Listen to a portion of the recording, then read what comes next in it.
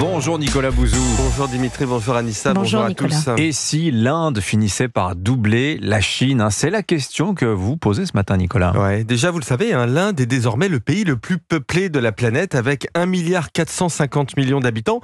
Ça fait quand même 50 millions d'habitants de différence avec la Chine, c'est déjà pas mal, mais surtout l'écart va se creuser parce que la population indienne augmente alors que la population chinoise diminue. En 2050, l'Inde comptera plus de 1,6 milliard d'habitants, la Chine 1,3 milliard. Mais ce qui est spectaculaire aussi, c'est le dynamisme de l'économie indienne. La croissance a atteint 8,5% en rythme annuel en fin d'année 2023. On était à 5% en Chine l'année dernière. L'Inde est aujourd'hui la 5e économie mondiale, mais d'ici 2050, elle sera la 3e, elle aura dépassé d'ici là l'Allemagne et le Japon. Alors ce qui est nouveau, c'est que cette croissance indienne, elle n'est plus tirée par l'agriculture. Oui, absolument. Elle est tirée par la construction, elle est tirée par le secteur minier, le charbon. Bon, ça, c'est pas très bon pour l'environnement, par l'industrie, mais surtout, Dimitri, par le numérique.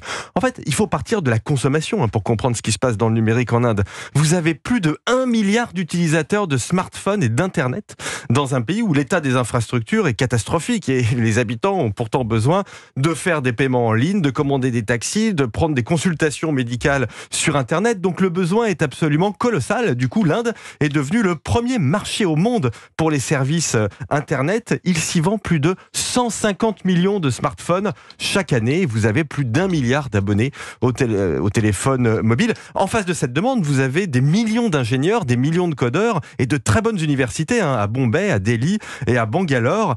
Et d'ailleurs, de très grandes entreprises comme Amazon ont eu du mal à s'imposer sur le marché indien parce que le pays a ses propres grandes entreprises du numérique. Bon, ce qui est frappant, c'est le contraste entre ce développement économique et des problèmes persistants de pauvreté. Un tiers des enfants, par exemple, souffrent encore de malnutrition. Et donc, la question que vous vous posez, est-ce que l'Inde va finir par rattraper la Chine ? Ouais, c'est devenu une possibilité. En 2023, il s'est vraiment passé quelque chose d'historique. Pour la première fois, les investissements des entreprises étrangères vers l'Inde ont été supérieurs aux investissements des entreprises étrangères vers la Chine. La Chine, c'était le pays des délocalisations des entreprises américaines et européennes. Eh bien, il semble que ce mouvement soit terminé. L'Inde est aujourd'hui plus attractive que la Chine pour nos entreprises. Donc, quand je regarde le tableau d'ensemble, la démographie, les investissements dans le numérique, les investissements étrangers, il se passe quelque chose d'historique en Inde. C'est d'ailleurs la raison pour laquelle le gouvernement nationaliste de Modi, il est très bien placé pour remporter les élections législatives qui auront lieu le mois prochain. Signature Europe 1, Nicolas Bouzou. Merci beaucoup Nicolas. À demain.